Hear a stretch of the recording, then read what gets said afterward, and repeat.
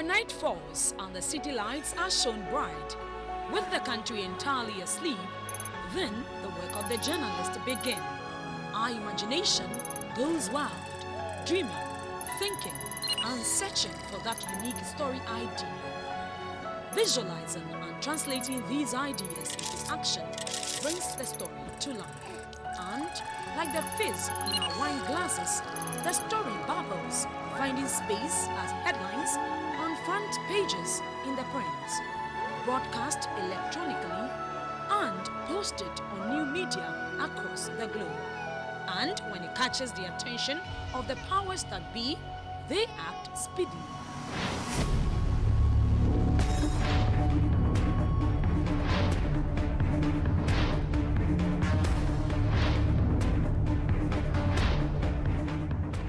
Join my able panelists and I as we speak to weightier issues from all quarters of the professional ladder, share our journalistic experiences, and offer insight beyond what is reported, all on one magazine platform, the Reporters Roundtable.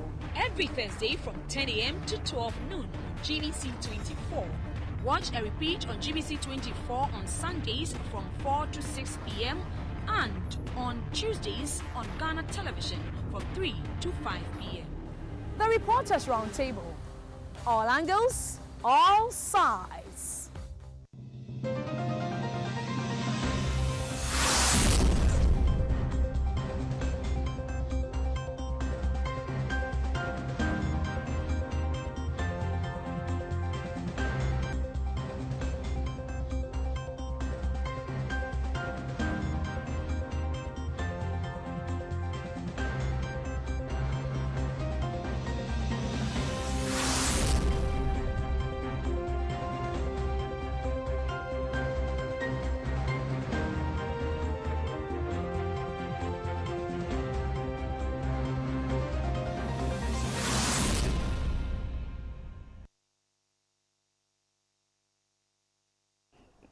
A very warm welcome to your favorite program. Thank you for allowing me invade your privacy at home, work, or wherever you may find yourself.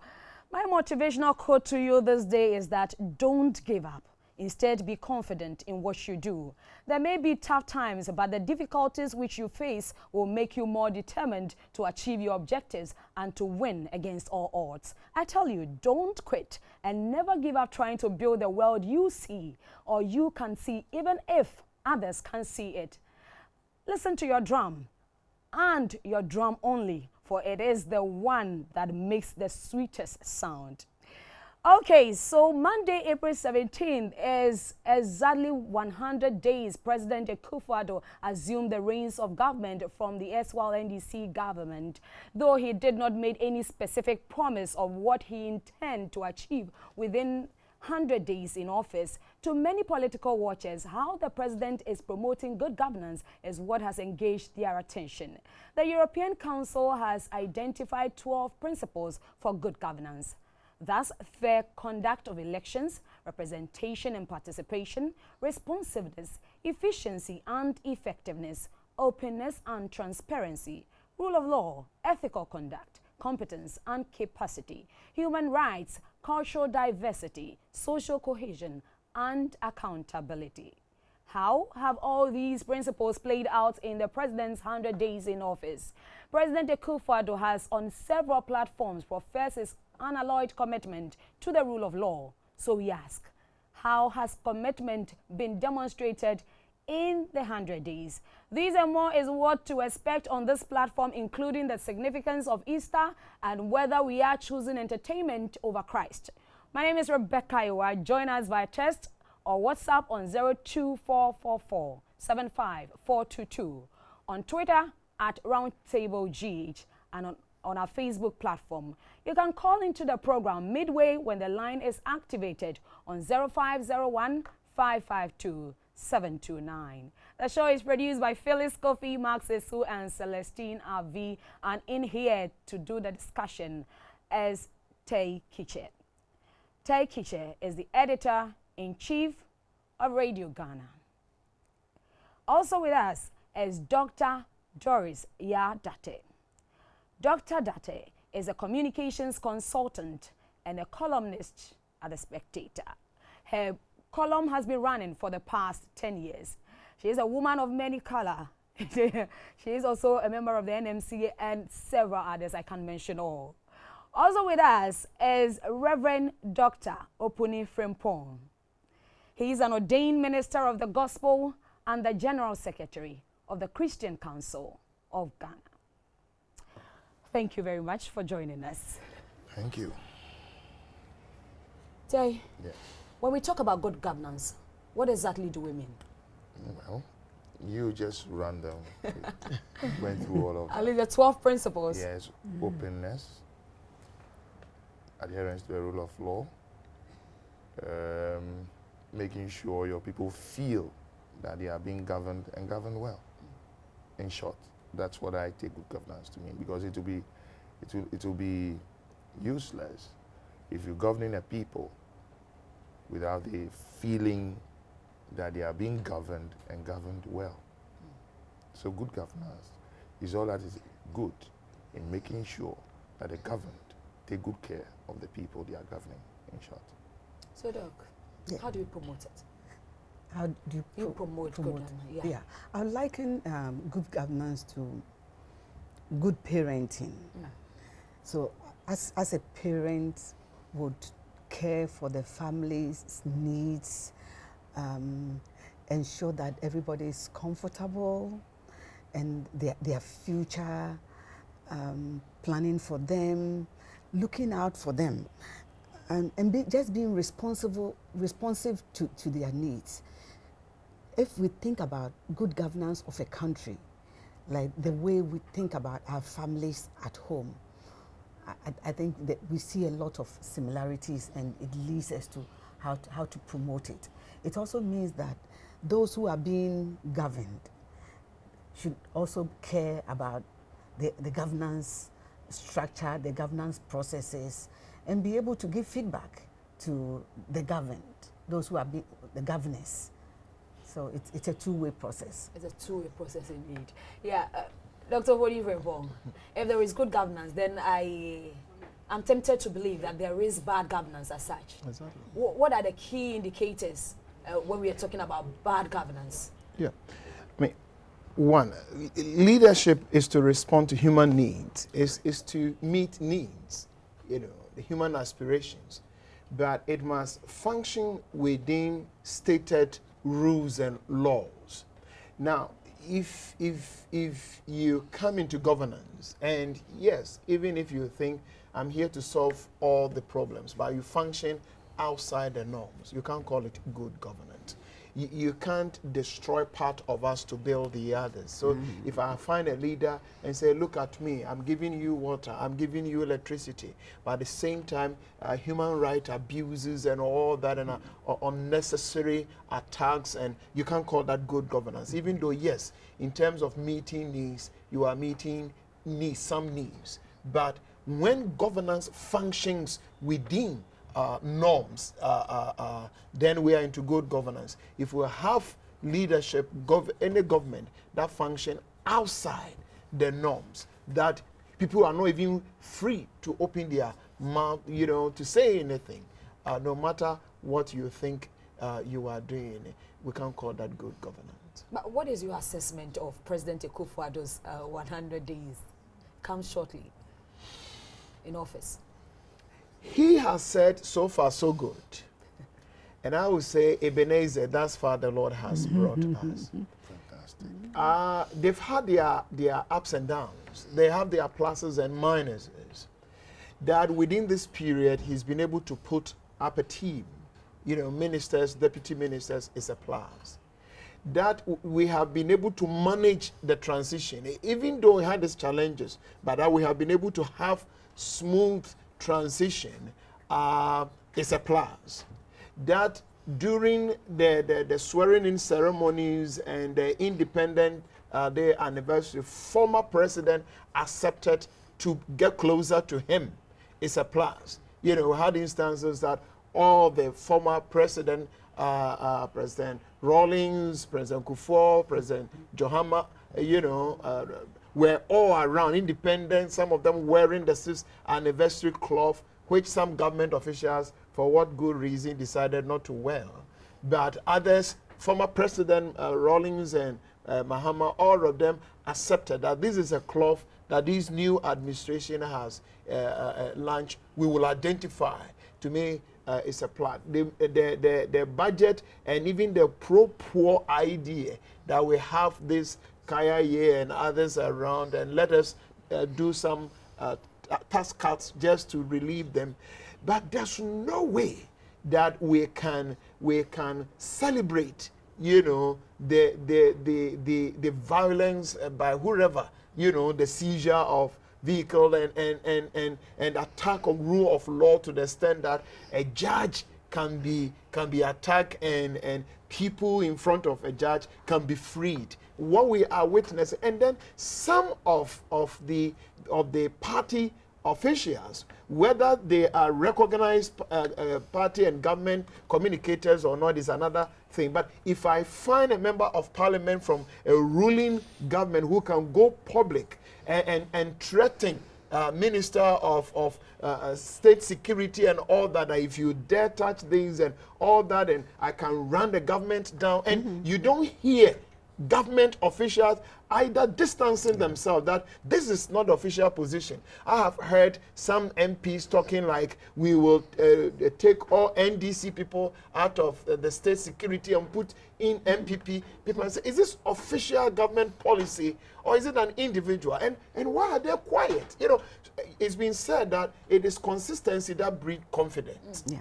You see, so if the government want to move all of us, not some of us, into the future, then we need consistency. And if some of the things we are hearing from some members of the party and their vigilante group are things that they don't endorse, somebody must find a diplomatic way of silencing those voices. So these are major minuses that moving forward somebody must address. But on the whole, we'll still say Ebenezer. That's what the Lord has brought. Doctor, would you say same, Ebenezer, for you? Yes, but we even expect more. We wish for more. One of my pet peeves of the NDC administration under President Mahama, and even going back to President Mills, was this tendency of telling Ghanaians that there are certain people who were one of their own. That meant you had to be an NDC member to be elevated to a level where you became entitled to a duty of care from government. Unfortunately, we are also seeing those tendencies with the NPP. They haven't used the phrase yet, one of our own, but it's there. It's even not subtle. Like Reverend just said, some members of NPP have been heard. Senior members of NPP, I should add, have been heard saying certain things that shouldn't be said in the public sphere, and indicating that Ghana now belongs to those who won, forgetting that some of us Ghanaians, all Ghanaians voted. So it doesn't really matter after you've won elections. It shouldn't matter who won. The focus should be on governance. The focus should be on all Ghanaians, how to carry the entire country along.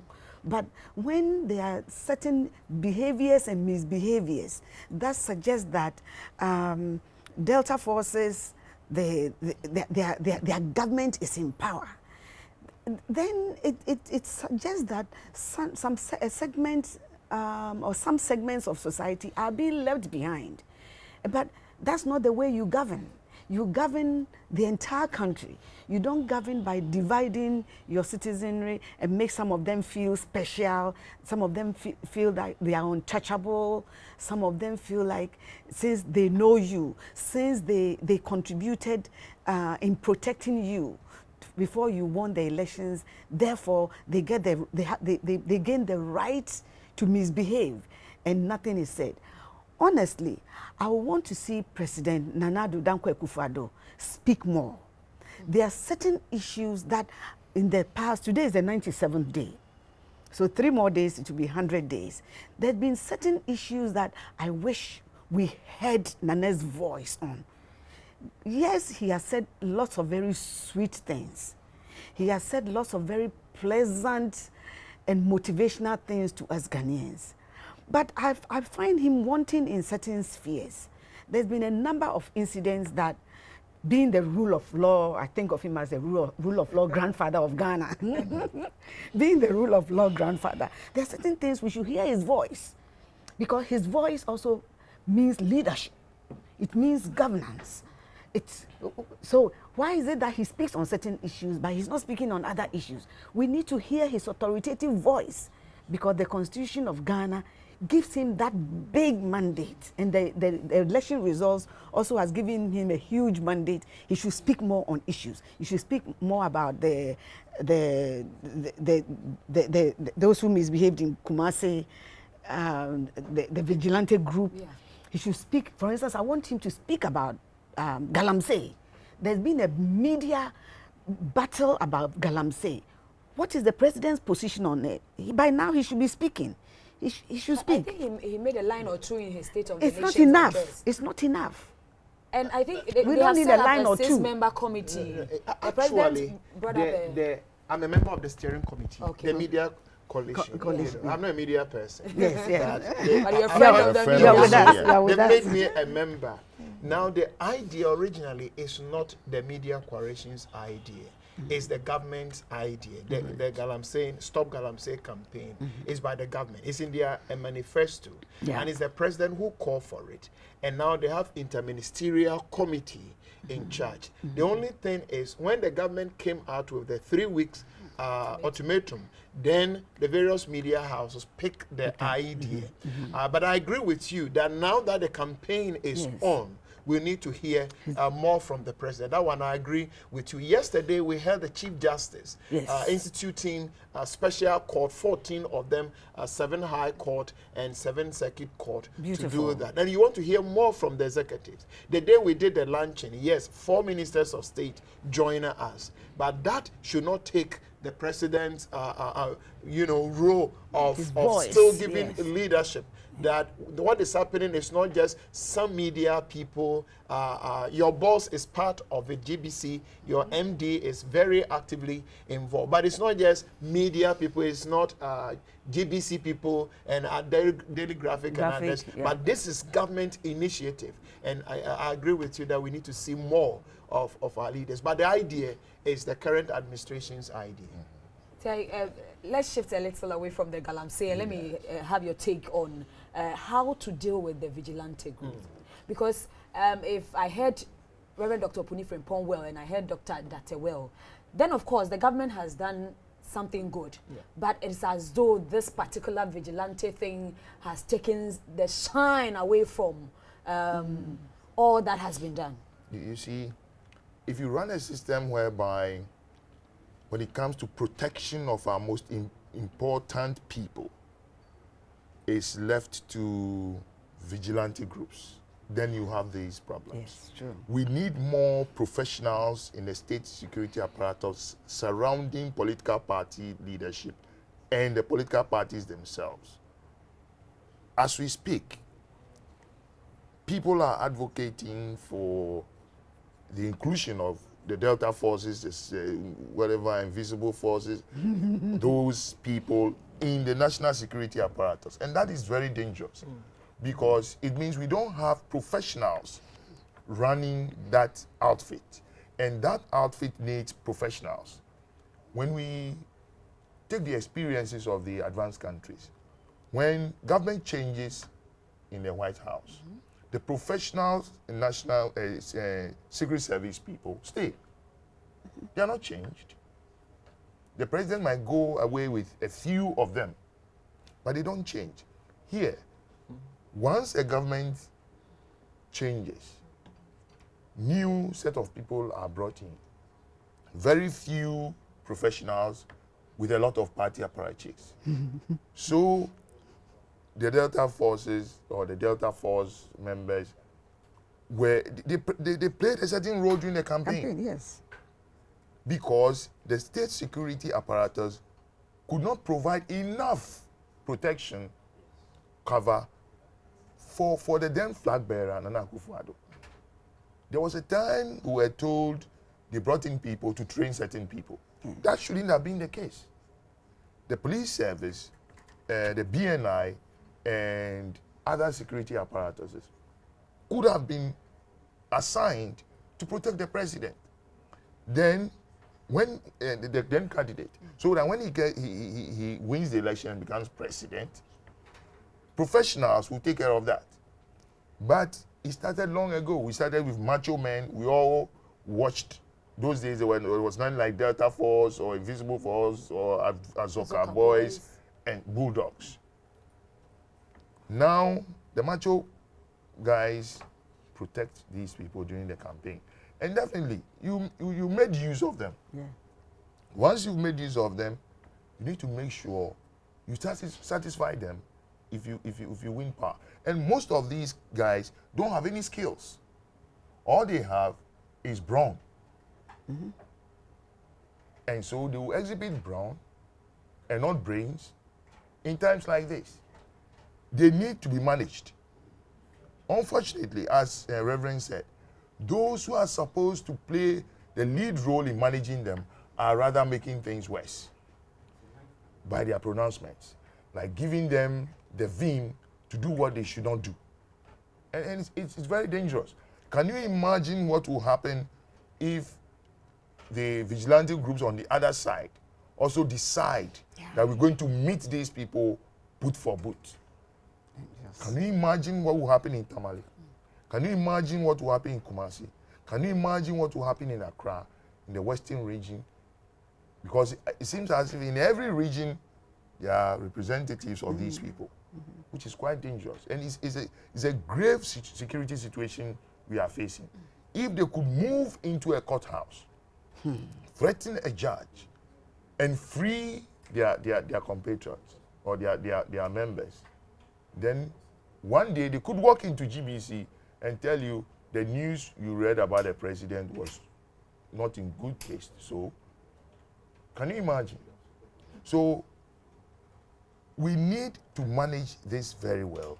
If there need be, well, they help the party. There must be a diplomatic way of bringing them back, put them in the background, find something for them to do, and not put them in the forefront because they are all muscling their way. And that's the thing about our politics, which I think the National Commission for Civic Education must take it up.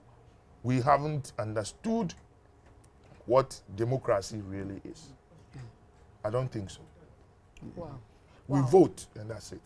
But Dr. Opini, what do you make of the IGP's war to disband these vigilante groups? Can he do it alone if the parties themselves don't take the initiative? That they don't take the initiative. Yeah, in fact, I think the issue is that party activities should not cross the lines of criminality. Thank you. Party activities must remain in party levels. And this one, the big wigs in the various political parties, especially the two leading ones, must accept. And maybe that is why when you said, if they don't take the initiative, you know, these young people do help the political parties. They not only do mobilization, arranging rallies, pasting posters and all that. They provide them security. Why they should be those to do that, but not the professional security bodies in this country is an issue Tej just raised. But it's a fact that, especially those in opposition, is these groups that protect them. And they do hard work. They risk their lives for them. And so the parties don't have any excuse. They must meet these boys, and whatever promises they have given to them, they must find a way of managing, you know, expectations, because they have expectations, and you can't take them for granted. You see, so on that breath, we can't floor these vigilante groups, whatever, because there's a real contract between them and their paymasters. Somebody mobilized them, somebody paid for them, running errands. now that we have, you know, succeeded, if you just want to push them aside and start playing game with them, you don't expect them to take it. But it should remain party level. They should direct such concerns to party office, to the residents of their bosses, you know. But they should not cross the lines, because you can't say that this is our party in government and therefore have every right to walk into a courtroom. You can't say that this is our party, so I have every right to go to passport office. Now that place is not for any political party. It's a national asset. Party interest must remain at party circles. National interest must stay in that realm. I think this is where both the politicians, including MPP, I have heard Honorable Kennedy Japan saying, and I listened to him on one of the your sister, that we will take all NDC people who are in the security, national security out, and replace them with MPP. Now, you may or may not be able to do that. But the mere fact that you have gone public, you've created national, you know, impression that then now the security agency have become partisan. And it's dangerous for us, not only in this country, but outside this country, because we have Ghana security services, you know, in other countries. Ghana police force are in Sudan, they are in all over the place. Now, if you give anybody impression that now security agencies in Ghana is partisan, we are doomed, you know. And that is why it seems to me we must free the police service from all political colors, for them to do their work as professionals. If one day the IGP will have even a term of office, you know, your IGP for 3-4 years, so that if it happens during your term, there's a change of government, you still run your full term. So that the impression that I am here with this administration and I would leave with this administration, and therefore I must be a good a servant to the administration. Now that is a problem. I believe and I trust Ghana Police Service that they can handle all these vigilante groups, whether Bamba, Zoka, Luta, Invisible, whatever. Ghana Police, look at the tape. When they went to the regional administration and they were pulling this innocent man out, and I found police officers with guns and handcuffs, and they were watching. Yeah. I know this Ghana Police Service, once upon a time, somebody who had been killed and buried underwater, cemented, they were able to trace the body. Whether it's intelligent or whatever, they are more than able. But at the moment, our security agencies, Ghana Police Service, seems to me, is so politicized. And they also have wives and children, you know, and they are managing in family interests. So if your child is in school and you know if I talk too much, there may be unexpected transfer and I need to look for admission for my child and all that, you also play safe. They are professionals. Let's leave them to do their work as professionals. But whether they can, yes, they can. But whether the politicians will allow them is the challenge. And that is why I would say what happened in Kumasi, the bigwigs in MPP who are the patrons of Delta Force must be held responsible. They must accept responsibility of what the young people did. Not just saying that they did the right thing, but somebody had given them promise. And that person must quickly bring them together and respond to the promises, Becky, they gave to them. But you just now, we are in power, we don't know you, there's no registered group, you don't have certificate. No, you can't use somebody's life to, you know, achieve your goals, and now you think they are nobody. They have energy. So if you won't respond to them, now this is the time they feel, even though what they are doing is wrong, is shameful, is a threat to rule of law and threat to democracy, but they can't also just be condemned through and through because somebody is paying them. Yeah, you see. Before I come to you, I don't know whether Dr. Date has something to add. Yeah, let me add quickly that I think it's about time in the next few days, the 100 days, they will mark the 100th day, for MPP bigwigs to have their own time out and compile the promises they made to their protectors, the vigilante groups. They need to really go back to the drawing board and compile all the promises they made. So then they would, behind the scenes, quietly, they should start fulfilling the promises to them. That is also about governance. Because if we are talking about national governance, the MPP should set an example of governing its own home, because the vigilantes constitute a key part of the political party governance structure. So if the MPP cannot govern its home with their vigilante groups, how are they going to govern the country? Because this is a smaller group. So they should sit down and go back into their memory for the past 8 years, all the promises they made to these young people, as you said, with so much energy, and a desire to succeed. After all, at the end of the day, we all want to succeed. So these young people also want to succeed. And that's why they sacrifice their lives, their very lives, to the MPP. And now that the party has won, they are as excited of the MPP's win as President Nana Akufo Addo is excited about himself becoming president. So quietly they should satisfy them and leave the rest of Ghana out of this political party drama. We don't need that. We don't need that. We need to focus as a country so we can make progress. We don't, all this noise from vigilante group and all of that, we are spending too much national energy in discussing a political party background issue. And it's not, I don't think it's fair to the citizens of this country. And NPP must get this act together. And whilst it resolves it, it must be resolved permanently for Ghana, so that we don't have another elections and a party XYZ wins and we repeat the same problem over and over again. I was coming to that. You see, we must look at the structure of what we call national security. Mm-hmm. How is that structure like? How is recruitment done, or how do we recruit people into the national security apparatus? It has been over the years that maybe 80% of the national security apparatus is made up of party people. Yeah. Very few professionals. But we must begin beyond what we are discussing now. We must start to look at how to bring about a professional national security apparatus, not a politicized one. Mm-hmm. So that if President Akufo Addo should leave office and another government is elected into office, the national security apparatus, which is professional, will do its job.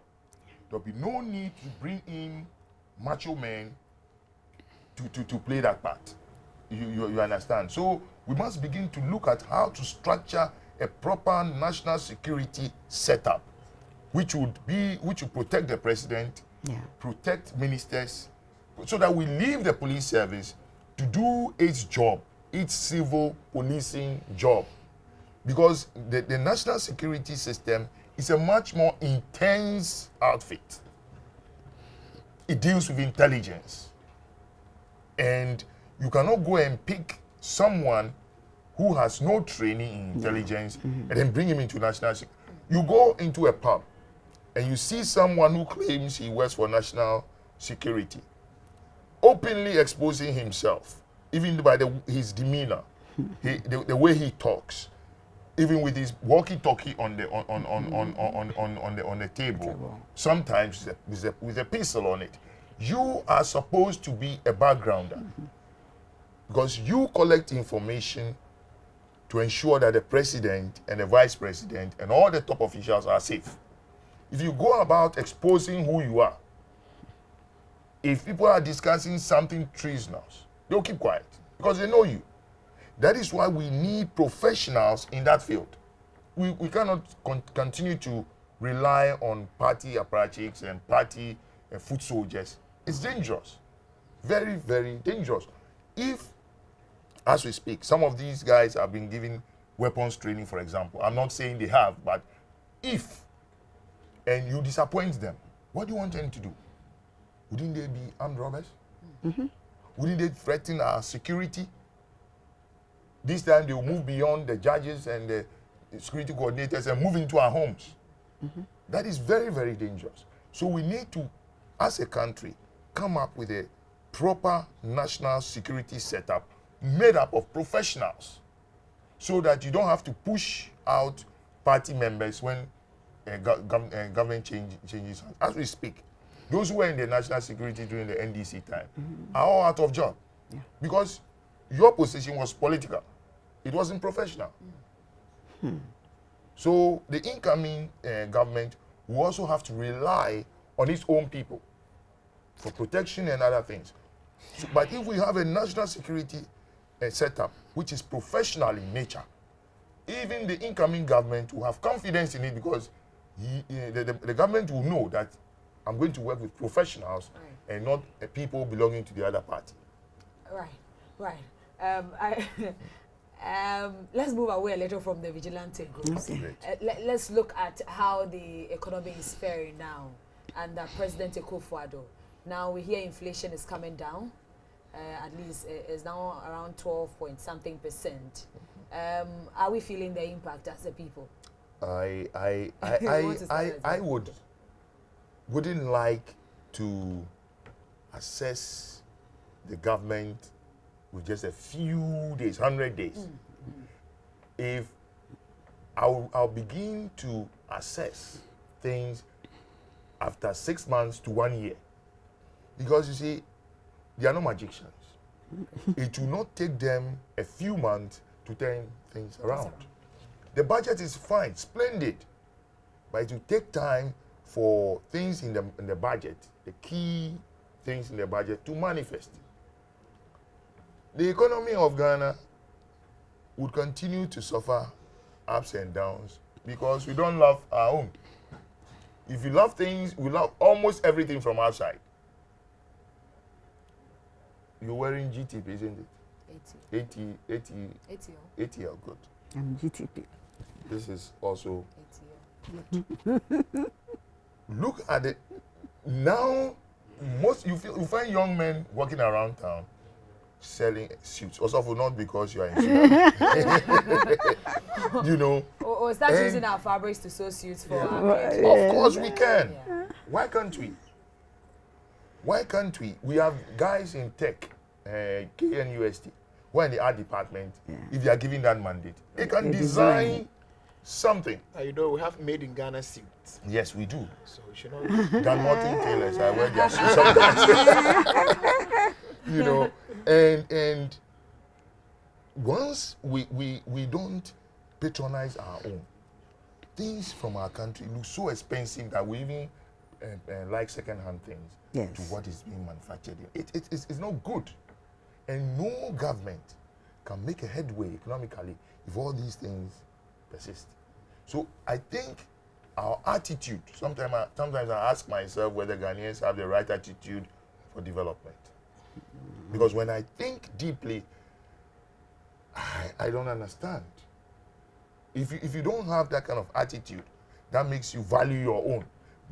That makes you feel like wearing my own, eating my own, and eating from somewhere else and wearing from somewhere else. You send all the money there. Nothing remains in your country. So how do you develop? We have very good, competent economists and stuff in our country.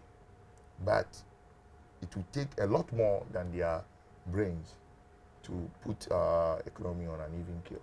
But I believe that going forward, with time, things might stabilize. You know, because if you overtax a people, you make them miserable. And I think the other time, people were overtaxed. Yes. And the government of today maybe saw that, yes, this is it. So, gradually. But don't forget also that we need taxes to do certain things. Right. I'll come back so that I'll give Reverend Dr. Opuni Paul and Dr. Doris Yadate the chance to also give their views on it. It is the Reporters Roundtable. We are tackling the issues from all angles and from all sides. You can join us via text on 02444 75422. We are back after this breather. Please don't go away.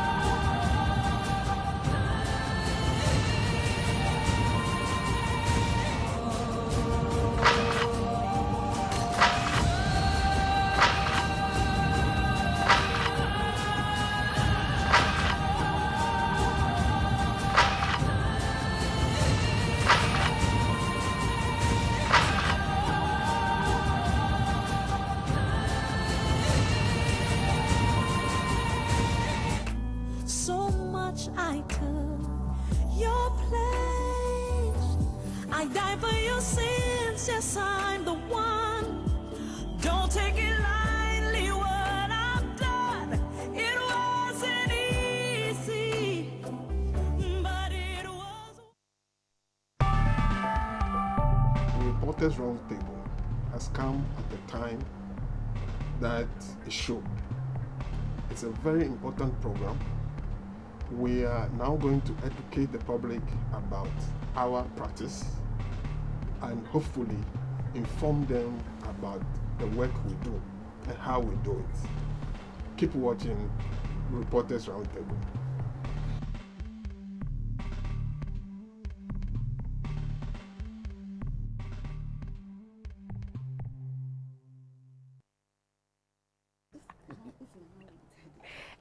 Welcome back to the program. How I wish you were here while we were on break. Thank you for staying glued to your set. Dr. Date, yes, let me find out from you how efficient and effective has the government information management and implementation policies been so far? Well, how do I start? Let me start from the Flagstaff, or is it Jubilee House? I don't think we know yet. So these days I like to call it Flagstaff/Jubilee. That's right, Flagstaff Jubilee. Flagstaff Jubilee. Flagstaff Jubilee. So let's start from there. Here's my first disappointment on President Nana's information management posture. And I'll have to mention names. The director or acting director of information communication at the presidency. I was so surprised about that appointment because I have no problem with being a young man. That's not the point here.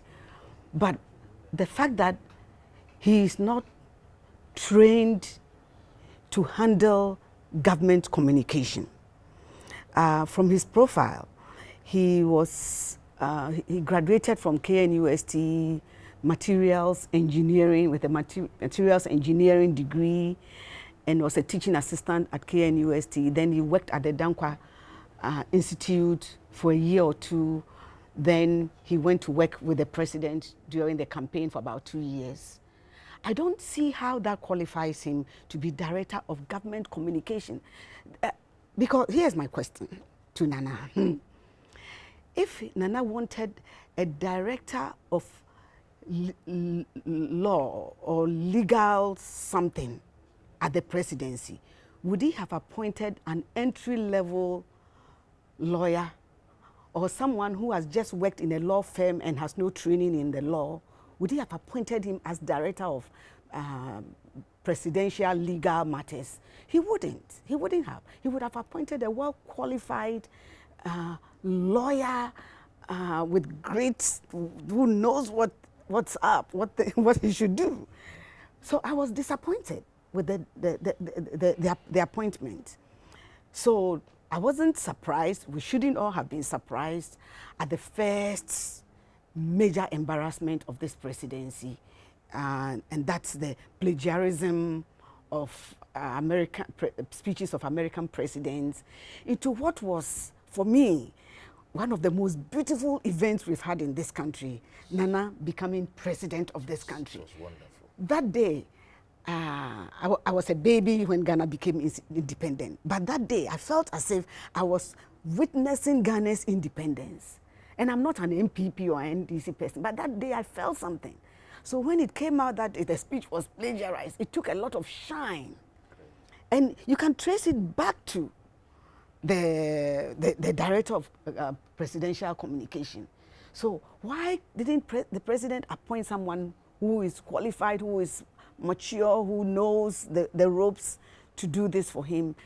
Ijinahin could have been an understudy in the office to learn more, because we learn more as we grow older, as we are exposed to more things. So that's it for the beginning, for the status of how communication management is going. Then I felt disappointed that the information ministry came back, because there was a lot of lobbying to bring it to an end.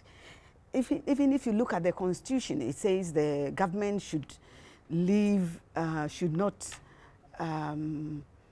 interfere in the media. There should be freedom and independence of the media. I quote from chapter 12 of the Constitution. So the Ministry of Information, by the constitutional interpretations of it, doesn't even belong, because they don't have, the Ministry of Information that is not in control, shouldn't be in control of GBC, it shouldn't interfere with GBC. The Constitution gives that role to taking care of these state-owned media to the National Media Commission. So I have a problem with the infrastructure as it goes. But we wish them well. We want things to work. We want Ghana to work. Like the president said, we all want Ghana to work and work very well for all of us. And it needs good communication infrastructure to get it done. So if this is the way the president wants to get it done, we wish it to be done well. But they shouldn't overstep their boundaries and start controlling the media to take away our freedoms. As I said earlier on, I see Nana as the grandfather of the rule of law of Ghana. So we are watching, we want things to be done well, to bring out our people out of the poverty, the misery, the being left behind kind of feeling, all the unemployment, the young people who don't know what's going to happen to them tomorrow. There are lots and lots of problems. President Akufo Addo has his work really cut out for him. It's a lot. He has bitten, and we hope that he chews it very well and he swallows it. He shouldn't get choked. Dr. Buni is itching to join in the conversation. Not in the information and the communication. Okay, she is an expert in that area. Yes. But I will give them a credit at the current administration. Civil society groups, where I'm coming from, faith-based organizations, it's just 3, 4, less than 4 months. But the feedback, criticisms, have come out. I mean, when this unfortunate thing happened and this vigilante group and others, people are talking. But I think so far they managed the criticism very well. We don't hear much insult. Attacks. I don't know how far they can go with that. But so far, especially from the faith-based organization point of view, even though some of our people are raising their voices, the transitional period challenges, voices have been raised, and some have even gone to the president. Christian Council of Ghana, we have been with the president, at the Flagstaff Jubilee House in his office, raising a transitional, and they give us impression that they can swallow the criticism, You don't hear their foot soldiers and their communicators coming back and attacking us and telling us what political party, gowns and we are wearing. But I pray and hope they sustain that, because we have a long way to go. They have given us tremendous promises. 1 factory, 1 district, 1 dam, and free education. And, you see, you can't give us free education when your children and your grandchildren are in the private schools where you are paying dollars and pounds sterling, and they are in O-level and A-level, and you give us a free education that is free of knowledge. You see? And so we are seriously watching. Yes. 1 dam, 1 this. You see, sometimes you go to state functions, and they are not serving made in Ghana food, not rice from the north, not rice from Volta region. Not cocoa. Yes. Tea. State functions, and the meal they are serving are all foreign meals. The rice is perfumed rice. I know where it's coming from. It's not, you are talking about 1 factory, 1 dam. And we have had experience where young people in Akumadan. 1 district. Factory. Yes, and they produce tomato, watermelon, and they can't get the market. The market. You see? So we want to see government and government officials translating what we are hearing from them into their own attitudes and actions. We want to see them eating Ghanaian meat in public. We want to see that when government, now we've heard that, exercise books will be printed in Ghana. We had instances that even T-shirts are printed outside. Yes. Government diaries are printed outside. Brochures. Brochures. And we are watching. You see, Nana has been wearing African print shirts. Ma'am, you know, you see, what we are talking about, building national confidence, is more than 1 week, 2 weeks, 3 months wearing ATL. When we are importing chairs into the Parliament House, we want to see that also. Yesterday, thanks to Santehene, now Santehene is ordering Kantanka 3 vehicles. Who will be the next person in government to drive Kantanka vehicle? The president. Who will publicly, at the State House, announce, next time that I have opportunity to go to State House for whatever meal, I expect somebody to announce that the rice we are about to eat is coming from Volta region or is coming from the north. And that is the favorite of the president or the vice president or whoever.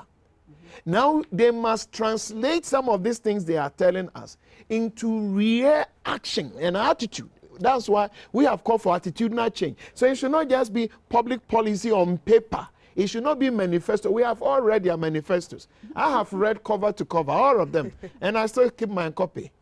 And I'm reading. Maybe let me use your platform to tell them. They see us as pastors. But we are pastors who care about the ordinary person. And therefore, the public policy you are running, we have soaked ourselves into it. And the pastors in this country will talk.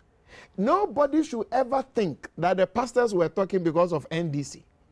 If they have had the honeymoon period, after the 100 years, the honeymoon period is over. Now I heard Professor Mate now raising a voice that please minimize your mistake. Don't send us backwards. So they have had grace period, the 100 days, the honeymoon period are over.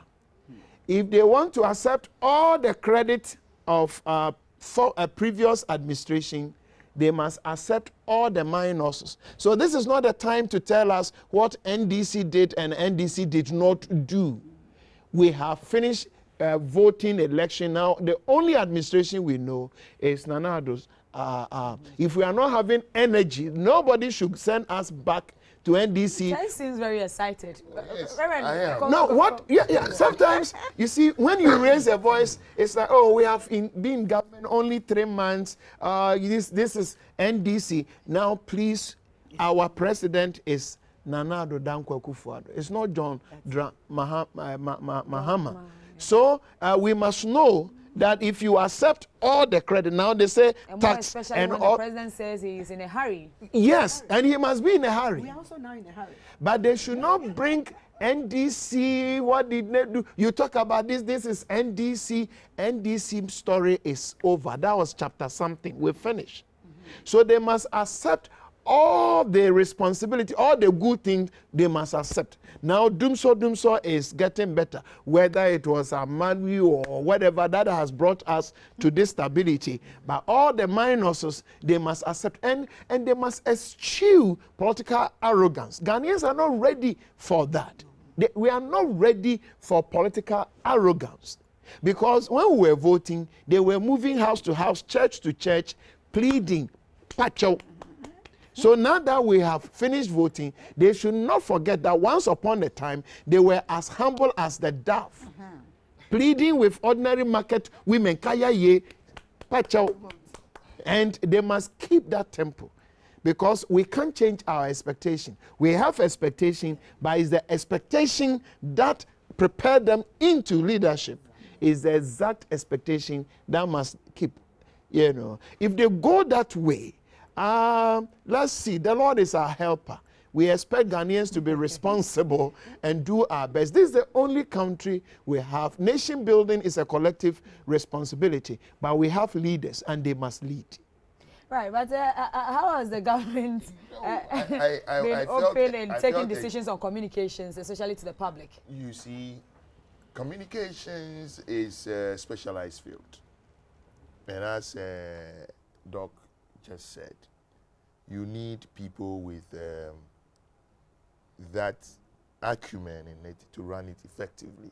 I think the one of the key things that this government is going to face is about how to manage the expectations of Ghanaians. Because, as Reverend said, so many promises were made.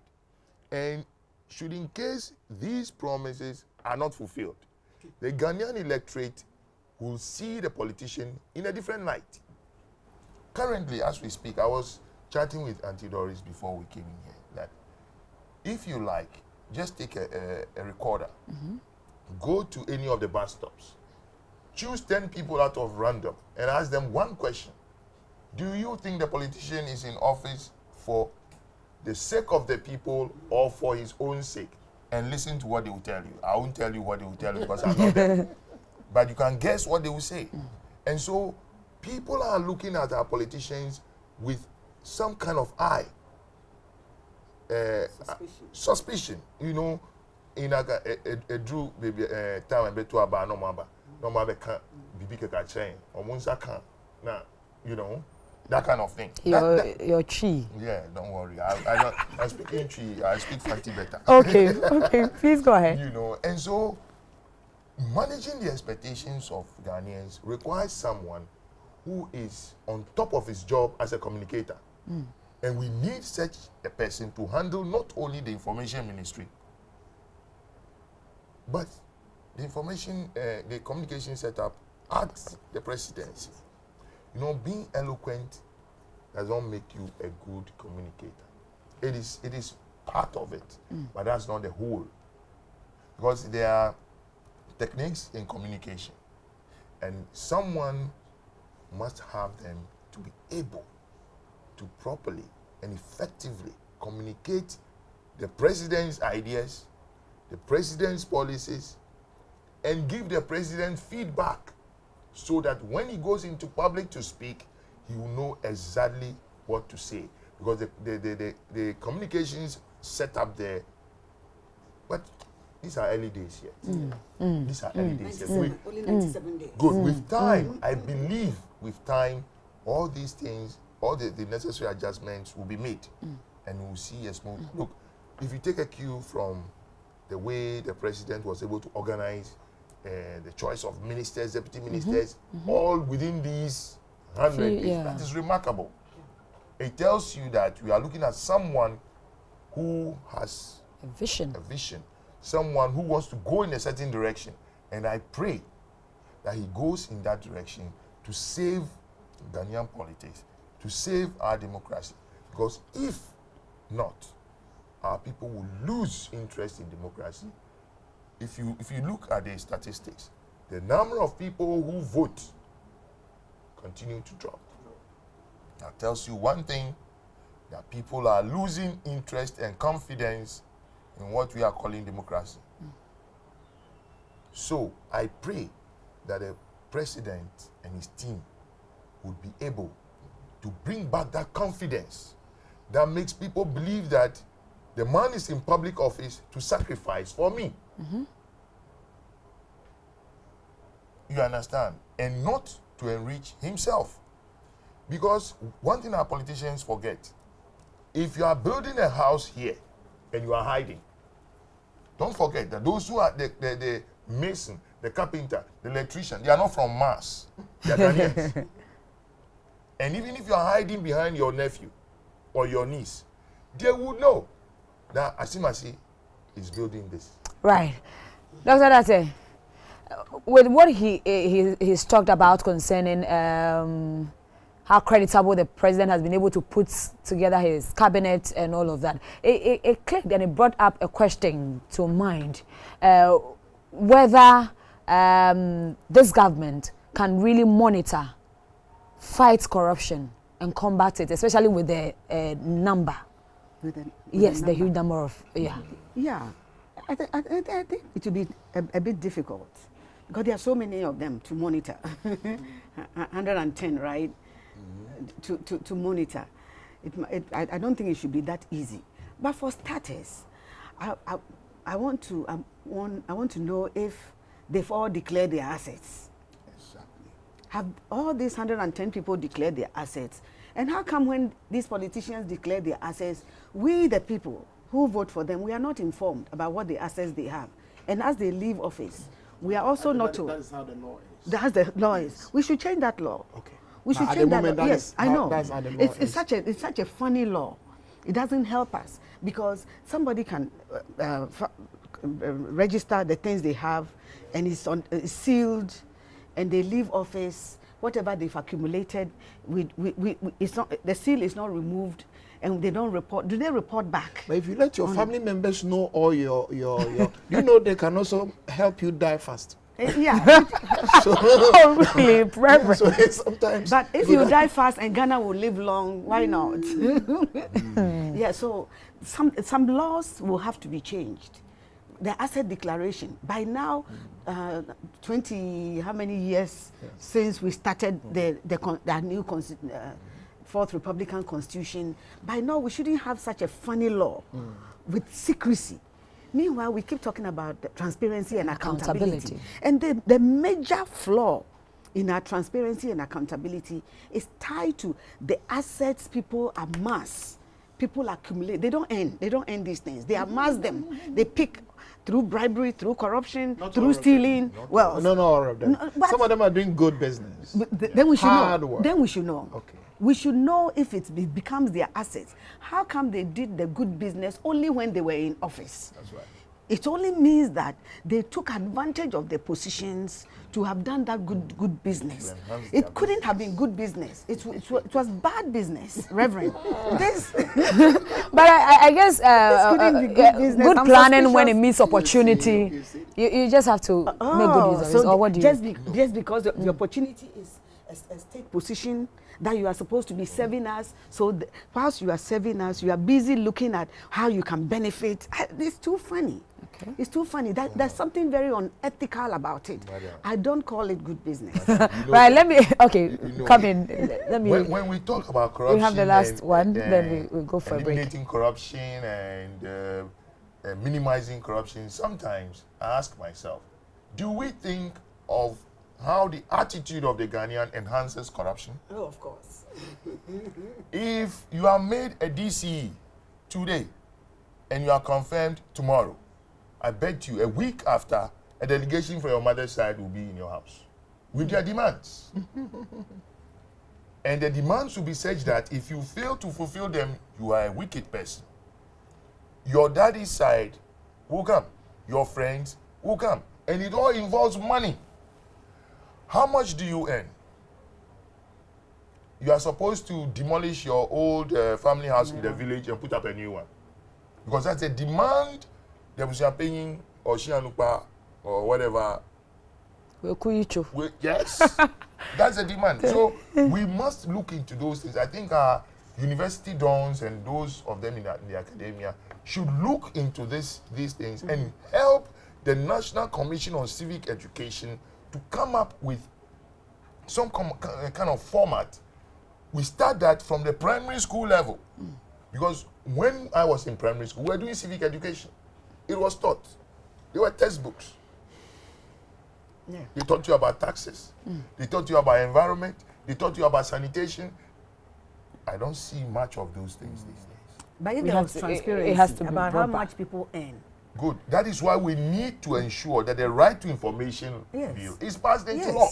Right. Because if that one is passed into law, we will all know that minister brought a list of 2 vehicles and now he has 20.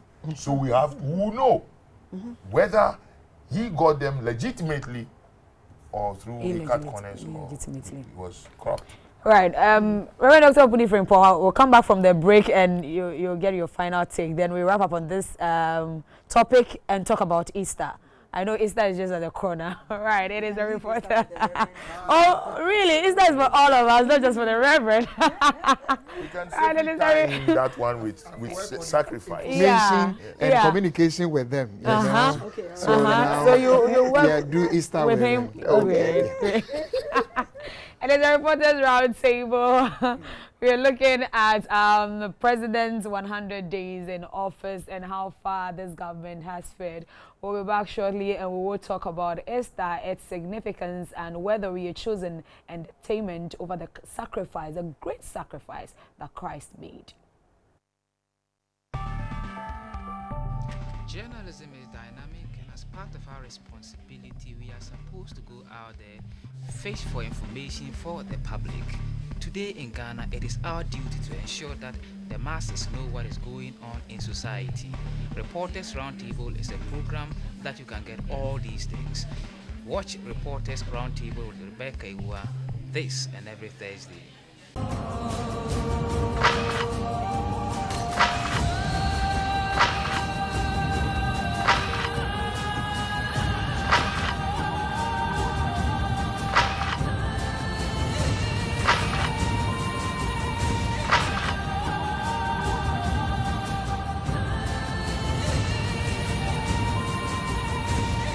Originally, the Easter season lasted for 40 days, thus from beginning of Easter to Ascension Day, but now it lasts for 50 days after Pentecost. After Palm Sunday, the first week of the celebration is known as Passion Week or octave of Easter. Easter also marks the end of Lent, a season of fasting, prayer, and penance. The event is a movable feast, meaning Easter is not fixed in relation to the civil calendar. The date therefore varies from March 22 to April 25. The ceremony is linked to the Jewish Passover, but Jesus Christ gave it a new meaning according to the New Testament as he prepared himself and his disciple for his death at the Last Supper. He identified the loaf of bread as his body, soon to be sacrificed, and the wine as his blood to be shed. The foundation of the Christian faith is the life, death, and resurrection of Jesus Christ. On Easter Sunday, we commemorate the fact that Jesus Christ rose from the grave on the third day after his crucifixion and death on Calvary. It is a fact that Jesus of Nazareth came back to life after being crucified that his disciples were unwilling to accept the fact but were given overwhelming evidence that Jesus had truly risen. Christ's resurrection was not a mere subjective experience. It is emphatically a historical fact that we know actually took place. He suffered the penalty of sin by taking our guilt upon himself and dying horribly on the cross. He rose boldly with a glorified body, gaining victory over death and the grave. Today, the meaning of Easter for millions of Christians is that of honoring and recognizing Jesus Christ's resurrection from death. His glorious promises of eternal life for all who believe in him.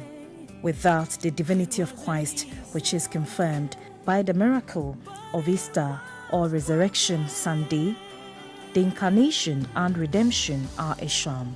Without this divinity, there is no Christian Easter or Christianity. It is integral to the promise of Christ that those who follow him in suffering will always follow him in glory. So much I took your place. I died for your sins, yes, I'm the one. Don't take it lightly what I've done. It wasn't easy, but it... Welcome back. Few messages in here. This one says, hi, good morning. My name is Ni Somotete. Please, I think the president has done well so far. So this Delta Force thing shouldn't take away the shine from the president's hard work. Okay, Niso, thank you. This one says, God, good and blessed morning to you and your panel round the decks.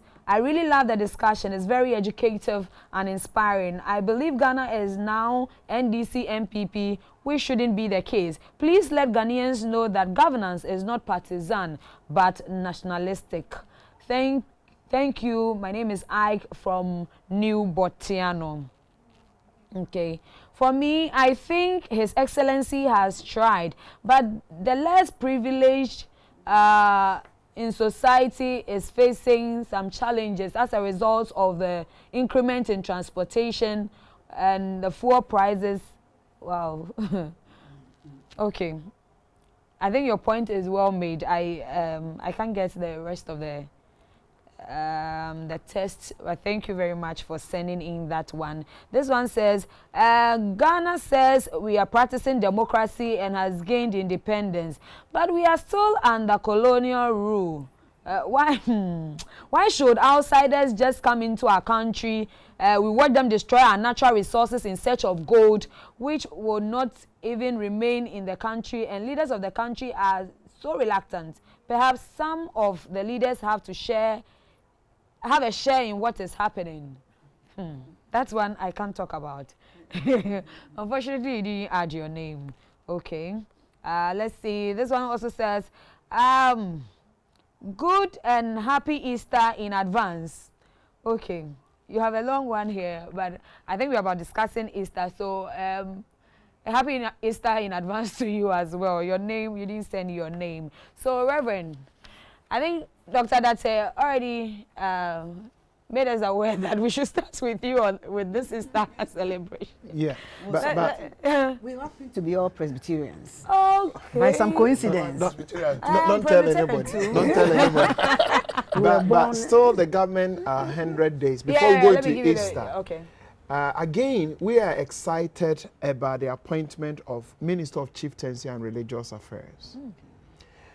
Especially the religious side. We are yet to know what that ministry is going to do. But Ghana is a very religious country, and we must find a way of positioning religion and various religious bodies that they can facilitate our national development. You see, we should not, yes, religion is a private thing, but religion is also a public thing. There's a religious, there's a private side of religion, and there's a public side of religion. For instance, the churches that I coordinate, the Christian Council of Ghana Churches, if you put the Christian Council and the Catholic Bishop Conference or the Catholic Church together, we manage 40% of all health facilities in Ghana. This is known when you go to the Ministry of Health. When you go to World Health Organization, it's known that 40% of all health facilities, hospitals and clinics in this country belong to the churches. Now that is not private religion, it's public. Take Achimota out, Achimota Secondary School out, and almost all the best second cycle institutions in Ghana belong to the churches. Talk about Eburi Girls, talk about Wesley Girls, St. Rose's, Presec, Infansipe, Madisa Del Prempe College, Opokuware, Wesley College, PTC, Ekropon, and all that. And these are all institutions that churches initiated. And we still have interest in our schools.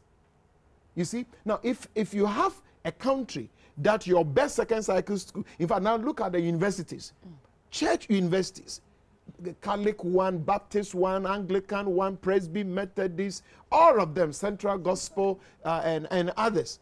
Now, if you have a country that the various religious bodies bring religion to national development, then it must be well coordinated. And you don't take the religious people for granted. Sometimes it's so sad when you get some young politicians attacking religious leaders and all that, because if you are aware of the history of development in this country, you know that the churches, in fact, the other religious bodies, Muslims in this country also have hospitals. Ahmadiyya movement have schools, Tia Ahmadiyya and other hospitals. But now, because of who I am, let me stay there. But now, if you know the history of development in this country, the religious bodies and the churches must be considered as key development partners, in fact, strategic partners. Sometimes we are going outside looking for investors. But if Dr. Mensah Otabil alone, one church can build that university. If that university had been built by the government of Ghana, they might have gone for a loan.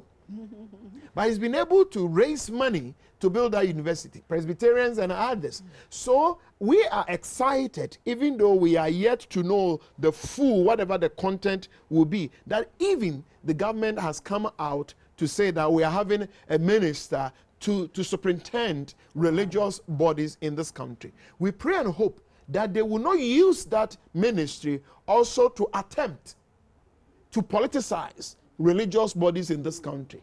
Because politicians are smart people, and the more the religious people are becoming nice with them, it's like, now let's find a way that next election we can get all of them. And there's a way politicians, if we allow them, can corrupt the religious side of us. And so we must, that marriage between politics and religion, with what they have done, must be handled very well, so that religious leaders and religious bodies will stay neutral, objective, and non-partisan.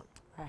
You know, but we're also excited about this national cathedral idea, which I have had meetings with the president, we've been with the Minister of Religious Affairs. We've been told how many times that it is not government that is going to build the cathedral with taxpayers' money. You, the churches, religious leaders, you are going to build that cathedral. But that idea from the president also is very exciting, because we want the churches to be united. And for a leader to say, you need to go this direction, it seems to me a president should not give only direction to infrastructure, but every facet that affects us. Religion affects us. And to have a president who is even giving vision to the religious bodies, the Christian body in this country, is very exciting. But I'll come back to let's come back to Easter. Now, Easter is one of the most important festivals in Christianity. It talks about God's love towards humanity. It's been said that for God so loved the world that he gave his son, that whosoever. Now here, God doesn't like and love only Christians, but the world. God's love is towards all. Sometimes some Christians want to believe that God loves only us. But even people who are outside the church, God loves them. And then he has given a gift, his son. Now Jesus came with God's agenda of love, agenda of hope, agenda of light. That yes, in this world we have darkness, but there's light. We have enemies, but we have a friend. You know, we have challenges, but we have victory. The victor is around. And Jesus demonstrated this agenda of God through a deliberate act of sacrifice. Deliberate. He did not need salvation. I need salvation. But for my sake, he left his comfort zone. And that is the story of Easter, a deliberate act of sacrifice. You know, and that is the lesson we must learn. That we must make ourselves available. We must die a little for others to live. We must, for the sake of others, move out of our comfort zone. If Easter does not bring us to a point of either receiving the sacrifice of Christ or learning from that lesson, the sacrifice, we have failed. There are different dimensions of every festival. We have the entertainment side of festival. Now people have started shouting, "Kwawu, kwawu." That is the entertainment side of festival. We have the economic side. We have the social side. Young people are fixing their weddings around this period, parties, and there's nothing wrong. But the primary must remain primary. The secondary must remain secondary. Kwawu is secondary. And we pray and hope. Kwawu people are wonderful people, noble people. These days, in the name of Kwawu Easter, now you get young people. If you are a young lady and you are beautiful, you don't need to expose your nakedness to prove that you are beautiful. Ghanaian young people must learn this. We are a decent nation, and we must have values. So this idea of people going to Kwawu in the name of Easter to misbehave, to parade their nakedness on the street, is bringing shame to Kwawu people. you know. But that is not the nature of Kwao people. And that is not the story of Easter. So we will pray that we will learn. In fact, first and foremost, we must receive the message that the sacrifice of Christ brings, and then learn from it. But in all celebration, we must keep the word. The word is moderation during Easter. Great. I see you nodding. Reverend Ate, you've been quiet. Reverend Did you call me No, Reverend? Did you just call me Oh, doctor, you see, the Easter fever. The Easter fever is catching up on me. The way Reverend was preaching, so Yeah. sorry about that, Dr. Yeah, Dase. it's okay. I think I should go and train to become I will endorse it. Yeah. Can we say that so many people are that starved for fun and entertainment that will willingly want to put our earthly desire ahead of, let's say, the needs of our immortal souls, even upon the sacrifice that Christ made for us? Yeah, since I have the big reverend seated next to me, let me say this to him and to other pastors. I've always wondered why Easter is not the bigger deal in Christendom as Christmas is. Because without Easter, there will be no Christianity. But they tend to emphasize more on the Christmas, or maybe it's the commercialization that has resulted in this imbalance focus on Christmas more than Easter. Because Christ had to die for us to and resurrect. The death and the resurrection, it is through these two major events that we claim to be Christians. Otherwise, we could be with our traditional religion. Otherwise, we could be with Islam or any other religions. Yes, so Pastor, preach to me. That is how it is. Easter takes 90 days, and maybe because you've raised this issue, you know, Easter is 90 days celebration. It starts from what we call Ash Wednesday. And from Ash Wednesday, you count 40 days. That's what we call Lent. You know, then after Lent, the last week is where we are now, Passion Week or Holy Week, wherever, depending on wherever you are coming from. Then after Easter Sunday, Resurrection, you count 50 days and you get to Pentecost. You know, from Ash Wednesday to Pentecost Sunday, you are into Easter Festival. So it's only Christians who may not have this understanding, and therefore they shift the balance. Else, why Christmas and Easter are all important, why Christmas will take Advent some few days and weeks, Easter takes 90 days. And that should suggest to you the significance Christianity will want to place on the Easter celebration. But I want to also accept that not every Christian, maybe even pastor, appreciate that Easter is a 90-day celebration. Good. Doc, please go ahead. Yes, so once we have that preaching part taken good care of, so then the message should be made clearer by our pastors to us, the importance of Christmas, of Easter. Once we know the importance of Easter, the suffering and the redemption powers of Christ through Easter, then it might result in people not lightening the whole thing up by going, showing their nakedness, going kwau and doing things they shouldn't be doing. Because the essence of Easter, I don't think it's made that clear to Christians. So we need to emphasize that some more. Because once you understand that, then you understand Christianity. Once you understand Christianity, which Easter is about, then hopefully you can do the right things. And then all this talk about governance, and I think you should go have a preaching session with all the 110 ministers. And let them. I was thinking about, because Okay. you see, Preach to them. Jesus Christ is one of the most remarkable, if not the most remarkable personalities we know. And when you look at his life of sacrifice, he sacrificed for us all.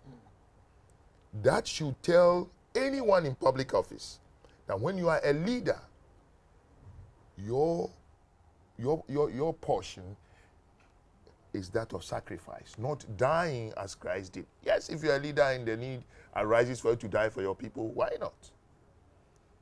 Our politicians must learn from Jesus Christ and realize that once they are in leadership positions, it is for them to sacrifice even their comforts to ensure that the general mass of the people benefit from their leadership. That is why I am very happy that the president says no new vehicles. Because I can imagine if new vehicles are going to be bought for the 110 that we have, and you calculate, that could build a dam somewhere. Dams. So for now, I'm very, very enthused with that. But most importantly, we must follow the sacrifice of Christ as public officers, as politicians, to sacrifice our comforts for our people.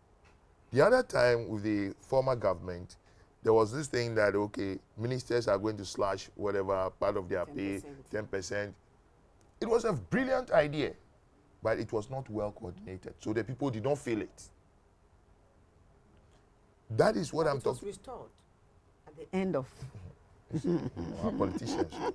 You see, so let's all use Easter, especially those of us in public office. Our politicians must use Easter, the lessons of Easter, the sacrifice of Christ, to understand that they are in a unique position to impact positively on the lives of the people. Rebecca, I want to add one word. The word is legacy. Great.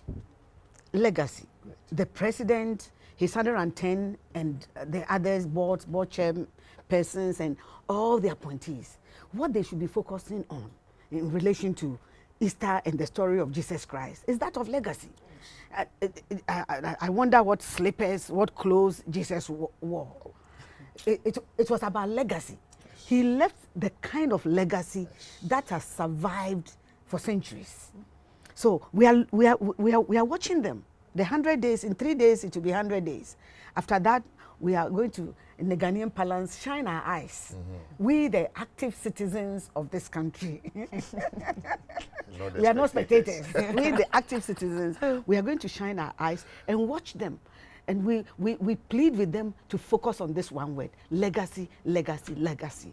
If they focus on this one word, it will bring good things for themselves and for Ghana and for the generations unborn. I will use the same word, that they must be legacy minded. That is the Easter story. And it's not only our politicians. Parents must be legacy minded. Husband, fathers, grandparents must be legacy minded. In this word, it's just a stage. We will all exit. But we must all be legacy conscious. When I exit, you know, there's a suburb in Kumasi called Yenyawoso. You see? Now, that is, if you're a legacy kind of person, minded, conscious, when you exit, people feel that this person is irreplaceable. We must all, in schools, in hospitals, Ghanaian workers must be legacy minded. I'm a nurse. When I'm dealing with a patient, how do I want to be remembered? And money doesn't solve all problems, even though sometimes you read Bible and it suggests that. You see, so we've been told in Bible how many times a good name is better. Ghanaians must be legacy minded. We must have national values that we uphold, and let our children nurture that in them in schools. We must revisit the curriculum we run in our schools from basic to the tertiary. You know, sometimes the impression is give Ghanaian children science and technology, ICT, and all will be fine. Let me tell you, and use your platform. Education without moral and spiritual values anywhere in the world will produce intelligent criminals. Oh, gosh. Anywhere in the world. Give anybody education, science, technology. I teach at KNUST. I'm a former head of department at KNUST. Give education, science, technology, anything. manners, values, moral values, human values, legacy consciousness issues. All that you are doing, all the students you are graduating to medical field, pharmacy, engineering, you are only producing intelligent criminals. Criminals. Scary. And Ghana must be mindful of that. That this country will not need only science and technology to develop, but we need people who are mindful of our common good to develop this country. And that is the story of Easter. Right. Our phone line is activated now. The number is 0501-552-729. You can call into the program and share with us what you think about all that we've discussed so far. We talked about 0501-552-729. 0501-552-729. We've talked about President Akufo Addo's 100 days in office and how he's fared so far. And we are now talking about Easter, its significance, and how the sacrifice that Christ made as a people, we can also sacrifice for the masses to enjoy and live and leave a legacy. Right. Reverend, I'm tempted to call Dr. Date Reverend. Reverend, so what new should pastors be preaching in their pulpits or be advocating for than the usual way of celebrating our Easter, where we hear the message of Christ almost every time, but how do we relate it to real life so that people can live what we actually live? We can't change the Easter message. Okay. We can only apply it. The Easter message should remain the same, that once upon a time we had a Savior. We call it incarnation. Jesus becoming flesh, lived among us. He saw our plight, made intervention for us, for our redemption, our salvation, for hope, for us to know that yes, there are enemies in this world, but we have a Savior, we have a friend, we have an advocate. But how we relate to this story, we expect that sometimes churches, we keep people in church too long. These days that... I think there's somebody on the line. Hello? Hello? Yes. Hello? Yes, sir. Yeah, this is Felix from Kragon. Good. We can hear you, sir. Yeah, I would like to contribute to the program. Please do. You see, the problem with us Ghanaians these days, we just proclaim the religion, but we don't live the religious life. That's our problem. So to me, talking in terms of the education, there are three kinds of people. We have the good man, and then the evil man. All these three people, there is something common to them. Knowledge. They have knowledge. The difference between the evil man and the good man is they are all wise. But a wise person is somebody who manipulates the knowledge that he has to get an objective outcome. But, so if we are producing people in this country, we can give them all the education, all that they have. But they may be evil. Okay. So somebody could be wise and be evil. We have to have good men in society, irrespective of their background of education. Thank you. Thank you very much. That is a solid point he made. Yeah. Yeah, but Okay, I was saying that yeah. these days we spend, we keep the people in church sometimes too long. We must allow families to stay together and stick together. These days that people are going through all manner of emotional trauma, people are committing suicide. Let's allow families to stay together and talk and share and heal the wounds in their hearts and wounds in their relationship, wounds in their marriages, So we must do all that we are supposed to do. But let us also encourage families, stay at home, come together, and let the Jesus story, Easter story, even strengthen the bond of love and fellowship between and among you. Family life is very important. People must be in church, but family life is very, very important. And during this festival, this period, I will encourage pastors to encourage our members to stay at home and find a way of coming together, breaking barriers, and sticking and staying together. Okay, we have Kwame from Accra, Newtown. Hello, Kwame. Hello. Yes, Kwame. You're live on the Reporters Roundtable. Thank you very much. I want one question for the pastor. Okay. I want to know from the pastor that Easter, is it really in the Bible? What? That's my question. Come again. Easter. Easter. The celebration of Easter, yes. Uh-huh. Is it really in the Bible? Oh, okay. Let me leave it to the pastor. Yes. I want the pastor to give me an answer. If the question is the word Easter, E-A-S-T-E-R, can I open Bible and find that word in the Bible? You may not find that one word in the Bible, if that is the question he's asking. But Easter is a celebration. You see, in all celebration, whether Bible or whether traditional, you are only trying to recollect, to bring back into memory. And in Christianity, once upon a time, this is a historical fact, we have a man called Jesus Christ, who was sentenced and was condemned, and he was crucified, and he died, and he buried, and he was buried, and he rose from the grave, and he is alive with us. Now you put all the pieces together, and that is the celebration called Easter. So if you are talking about that historical fact, the event, yes, it's in the Bible. But maybe if you want to find one word, that where to go in the Bible for one word, because you see more concepts like Passover.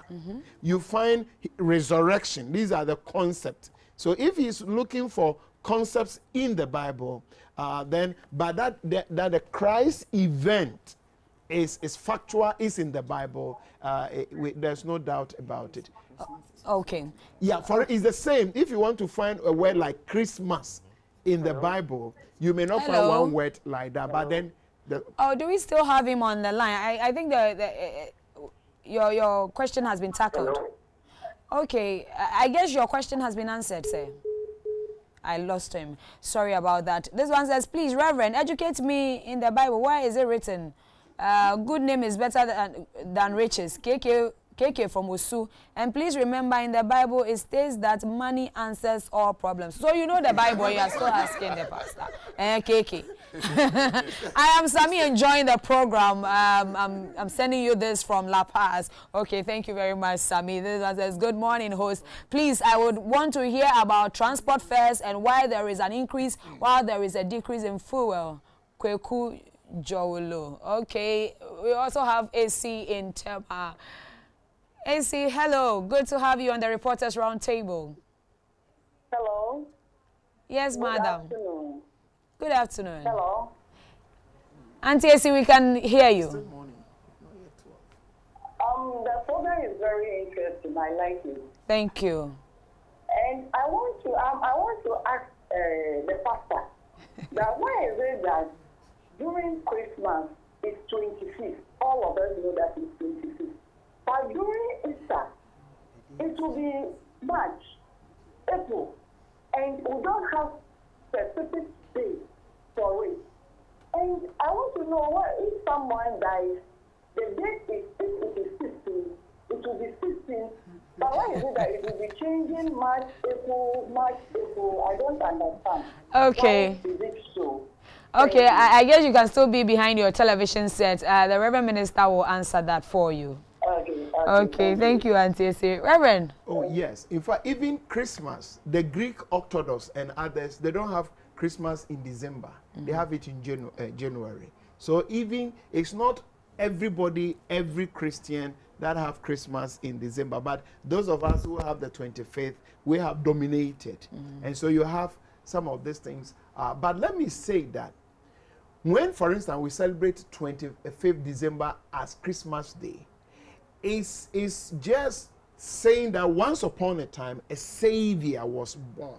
Not necessarily that he was born on 25th, but we are reminding ourselves that a savior arrived and we are celebrating him. He's our savior. Okay. Now, let me take Karim from Temagol City. Then, Reverend, I'll come back to you, please. Sorry for that rude interruption. Yes, Karim. Yeah, good morning. Good morning, Karim. Please, I want to contribute to the program. Contribute. We've been talking about two major issues. President Akufo Addo's 100 days in office, as well as Easter. Yes, Which yes, one would you want I've to talk been about? following it, I've been following it. Karim. All right. I want to talk about the 100 days of the president. Okay. The 100 days of the president. Hello? Yes, Karim, please go ahead with that. Yes, I want your panelists to advise him about the security threat of the forces, they call them Delta forces or whatever they call them. They should remember that this country is the only one that we have, and then we cannot sacrifice the future and the prosperity of this country into the hands of a few 13 people who can take the country to ransom. So the president, we all know that he's a lawyer, he's a human rights activist, and we want him to sit up and do the right thing. Okay. I mean, whatever help that they gave him to come to power, he shouldn't let us down. Thank you very much, Karim, for that submission. That's what I want to say. Thank you, sir. Bye. Okay, thank you. This one says, "Oh, good morning, host. Please, I want to hear about transport fares. That has been read already. At first, when Easter is approaching, we will want to watch Jesus film. We even cry sometimes when watching until Satan introduced." This one is from Jenny Mbuating.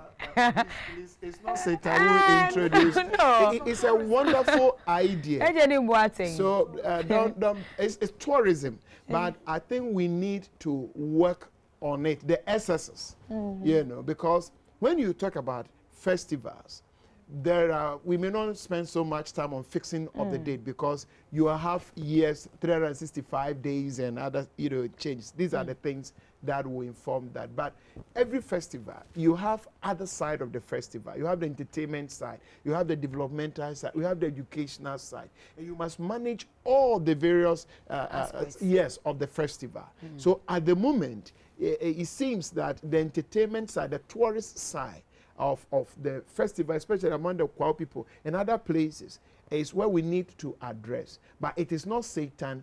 It's a wonderful government program that the man who worked very hard lost his life even in the process. And it's attracting tourists. People are coming from outside the country, but the SSS is what we need to address. But we shouldn't give impression that what happens at Kwao during Easter and even the traditional leaders, I know for a fact, have addressed it because I've been to the place, done numerous stories on Kwao, and they have really talked about it, that people use the occasion to promote promiscuity and all of that, and that is not what the Kwao people represent. Exactly. So it should be cut off. But we should not quickly attach Satan to that thing. The moment in Ghana, the moment you make something satanic, so we have somebody from Anglogan. Let's hello, sir.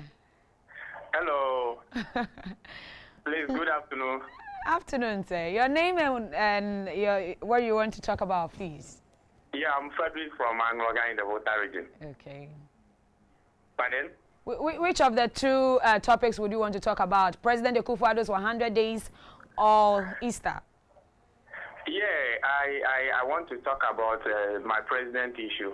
Okay. The President Akufo Addo 100 days in office is actually a very good news to we all Ghanaians. He has started it well, and we know he will end it very well. You see, one thing I want to talk about to this data force and invisible forces, it's like that is what Signal Akufo Addo has sent to them, that, look, we all join our efforts to bring this president to power. So in this way, we should not be in haste.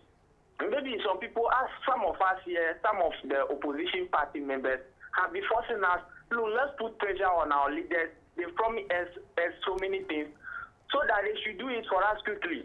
But that's not the issue. Let us exercise pressure for the president to take time and fix the ministers. After he finishes the minister, he will be coming to the MC. So whatever he has promised Ghanaians, he will deliver it. So we should all exercise pressure for him to do the thing in the right way, but we should not be in haste. We should not be listening to opposition members. These are some of the causes of what those things happening in the country now. So those people who are the followers of MPP party, we apologize to them that they should exercise patience. President will do it, and we have a surety that he will do it for all Ghanaians. Thank you. Thank you very much. That's his. This was a good one. Opposition that's asking anybody else. So let's. We want good things for ourselves and for our country. Exactly. But just because you criticize something the government is doing or has done should not necessarily make you be tagged as an opposition person. Enemy of the revolution. Yes. We've already gone through those days. Please, we don't want it again. Don't take my This mind is back. yes, I know. we are all trying to run a democracy, and a democracy requires openness. It requires that everybody is allowed to speak their his or her mind, because it's healthy that we get feedback from everyone to improve the system. To improve the system. That's good. I really love your show, but my humble appeal is that you make your panelists blend the local dialect with English, so we, the illiterates, can also benefit. Steve Kumasi. Okay, we have Gideon Taki from Pram Pram. Gideon. Gideon Paddy. Oh, Paddy. Yeah. Sorry. Paddy, please. Let's hear you. But would you please lower the volume on your set, because we are having terrible feedback. Hello? Yes, sir. We are good to go. Yes. Hello? Are you hearing me? Mr. Paddy, please, I can hear you. Kindly make your submission. Okay, I want to talk about the Easter festivities. Okay. Hello? Please go ahead, sir. Yeah, I want to ask Pastor, in the Christian religion, we have two festivals. We have Easter festival and Christmas festival, which we know the Easter festival is for the death of Christ, and the Christmas is the birth of Christ. That is what I know. But there are other Muslims guys, so they also celebrate two festivals. And I want the pastor to tell me or to teach me what kind of festival do they celebrate. Yeah, also they also celebrate the birth of Muhammad, and also celebrate the edition of Muhammad, because they are also celebrating too, while the Christians also celebrate too. So I want the Reverend to tell me something about that. Yes. In fact, sometimes even when we are going through Lent, that is part of Easter. The Ramadan is also going on. I think last year also, when we're having Lent, the Muslim fasting was, but it's not like Christians and Muslims meet anywhere to fix this date. They have their own way of fixing the date. Something has something to do with the appearance of the moon, but I wouldn't want to take myself as expert in Islam and all that. But as for Christmas, it's 25th and has a history, long time ago. It is not this emperor called Constantine who asked Christians to celebrate Christmas, but there was a pagan festival. It has something to do with a celebration of the sun, Zeus, and Constantine, 312 AD after Christ, he was the emperor of then Rome. And when they were celebrating the SUN of God, the Son of God, when he became a Christian or he joined the church, Constantine declared that it's not the SUN of God that gives us hope and warmth, but it's the SON of God. So instead of celebrating the SUN of God, we should celebrate the SON of God. But he did not ban the celebration of the sun God. So during that period, that festival was there. It's like we have Homowo in Accra.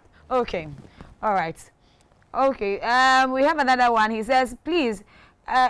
This same question is the person is saying, Reverend, is that all you could tell me about? Educate me in the Bible about what is written on good name is better than riches. You didn't talk about it. Yes, because KK of how the program is structured, you call us for you know, and he was saying that. Please, Reverend, educate me in the Bible. Where is it written? Good name is better than riches. Yes, but he's the one who also is the same Proverbs, but he quoted that money answers all questions, and then you gave. Okay, let's take the last one, Reverend. Nicholas from Kumasi. Sorry. I'm sorry about that. Hello, Nicholas. Yes. You're live on the Reporters Roundtable.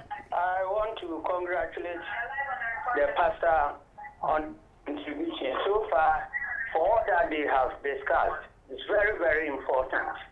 But it's so sad that we are not bequeathing to posterity. Oh, Nicholas, could you please reduce the volume on your set? My set? Yes. Yes, because we are getting a feedback. Okay. These days, in most of the work, especially public sector, when you are sincere, you work hard, they don't even value you. Oh, say that you again. Tell the truth. People hate you and they mark you down. Instead of praising you for this virtue, you rather suffer for that. And it seems that we have so lost our values that we don't value honesty in our work.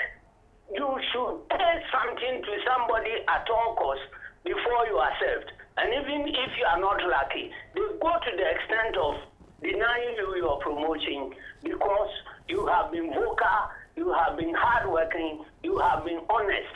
They despise all that and reward those who are rather dishonest and who compromise. What kind of legacy are we leaving for posterity? So I thank the pastor for that emphasis. And when they are pursuing our curriculum, I think they should be given a place so that Ghana will actually know true development. Thank you very much, Nicholas from Kumasi. Well said. The final one, yeah. If somebody, the one who has been calling for good name is better than riches. Then it's Proverbs chapter 22, verse 1. Okay. Proverbs 22, verse 1. So if that is what KK, that individual has been waiting for. Dimpa ye se ahunya. Proverbs chapter 22. 22.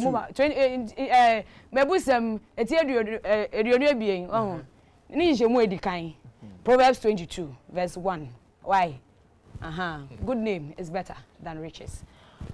My boys, please, the final word so that we go. Yeah. Governance, sacrifice, Easter, all of that. Yes. I think, as Reverend said, Ebenezer, and I agree with him. So far, things have been okay until this Delta Force thing. So let's see how we manage that. Take that one out of the way because it is distracting the government. Seriously, it is distracting the government and it's taking the shine off some of the good things they've done. So let's get that one out of the way and then let's see the way forward. Let's also use Easter and look at the life of Christ and his sacrifice for mankind. Use that example as public servants, as politicians, as people in public office to sacrifice a bit. Even the Black Stars should use Easter to sacrifice a bit. Don't ask for too much money. Sacrifice and make us happy. Just like the government should also sacrifice a bit to make us all of us happy. Let's use Easter as an example. Use Christ's life as an example to make our lives better. Dr. I'll be very brief because Reverend has not completed some explanations on in answer to those questions. I want this Easter season to be a period of renewal for this government. For Nana to have a retreat with his appointees and reset the tone, now that he has a team, reset the tone for them, so together they can reset the button of Ghana, because things have not been going well. We have so many areas of our economy, of our society, of our lives that needs to be fixed. So this government, they really, collectively, they have their work cut out for them. 90 days is in 3 days. They should get on to business, and we'll all support them. Good. Yeah, I, on behalf of those of us here, many more, congratulate the president, his government, as they celebrate 100 days in office, and assure them we will continue praying with them, and we will give them all the necessary support. But he is not the president for the 5 million people who voted for him. Those who also decided for good reason not to vote for him are also Ghanaians, and he's the president of all. And therefore, he must bring all of us together. We need those who voted for him, but we need the over 4 million people who voted for President John Mahama and the NDC all together to build this country. As we pray for him, we are praying for the minority also group, and asking them to play their part, because yes, they did not win election, but some Ghanaians who have voted for them, meaning we have confidence in them that whether they are in government or in opposition, they have a role to play. So together we must build this nation called Ghana, and we invite civil society groups. We are in together. So let us all play our part, including raising our voices. Where we must give credit and applaud, we must. But where we need to criticize, we must do it fearless with all boldness and keep calling God to bless our homeland Ghana and make it great and strong. Thank you, thank you. And I have been in here with Reverend Dr. Opuni Frimpong. He is an ordained minister of the gospel and the general secretary of the Christian Council of Ghana. Also with me was Dr. Joris Yadate.